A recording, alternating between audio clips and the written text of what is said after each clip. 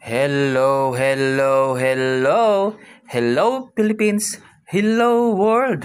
Panibagong buhay, panibagong pag-asa. Ito po si Kalabs TV Vlog na sa inyo'y bumabati. Charot.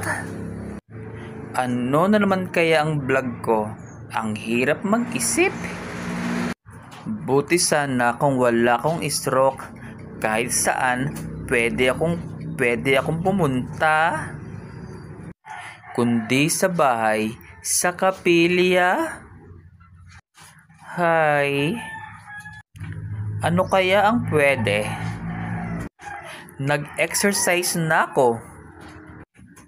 Pati nga mga manok na i-vlog ko na. Diyos ko po, Rudy. Namatay na si Kokak at Noknok na i-vlog ko pa din. Yung dalawang manok ko namatay na magkasunod. At ang natira na lang ay si Kokok. Bakit ba nag-iisip ka pa, Kalabs TV Vlog? Diba ang purpose mo naman sa mga nanonood sa'yo? Lalo na ang may stroke din kagaya mo, ay maging aware din sila na umiwas na sa kung ano ang bawal. Lalo na ang pag-exercise sa kagaya mo. Kailangang maging positibo lagi. Oo nga, kailangan namin yon. Marami sa amin na may stroke na nawawala ng pag-asa sa buhay. Lalo na ang padre de pamilya.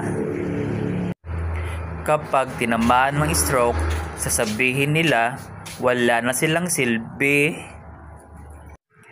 Paano na ang pamilya ko, mga anak ko? Yun lagi ang mga kataga o bukang bibig ng mga taong may stroke, lalo na ang padre de pamilya. Sa family naman nila, bigyan natin sila ng suporta. Mahalin natin sila. Habaan pa natin ang pasensya sa kanila. Hindi naman nila ginusto ang tamaan ng stroke Kagaya ko. Stroke survivor ako. Umalis ako sa family ko dahil gusto kong matuto. Wala naman akong sariling pamilya Ang ginawa ko kahit wala ang family ko, dahil sa ang lahat sila ay may kanya-kanya ng pamilya, nagsusumikap talaga ako na matutunan ang lahat. Magmula sa paglalaba, maligong mag-isa, gumamit ng bathroom, maglinis ng house chores, at marami pang iba. Natutunan ko talagang lahat. Kaya kapwa ko stroke, wag na kayong malungkot. Kung kaya ko, kaya nyo rin. Wag tayong mawawala ng pag-asa. Isipin natin, nandyan si Ama at laging nakabantay sa atin. Ayos ba, mga Kalabs? Ito po si Kalabs TV Vlog na sa inyo'y nagpapaalam.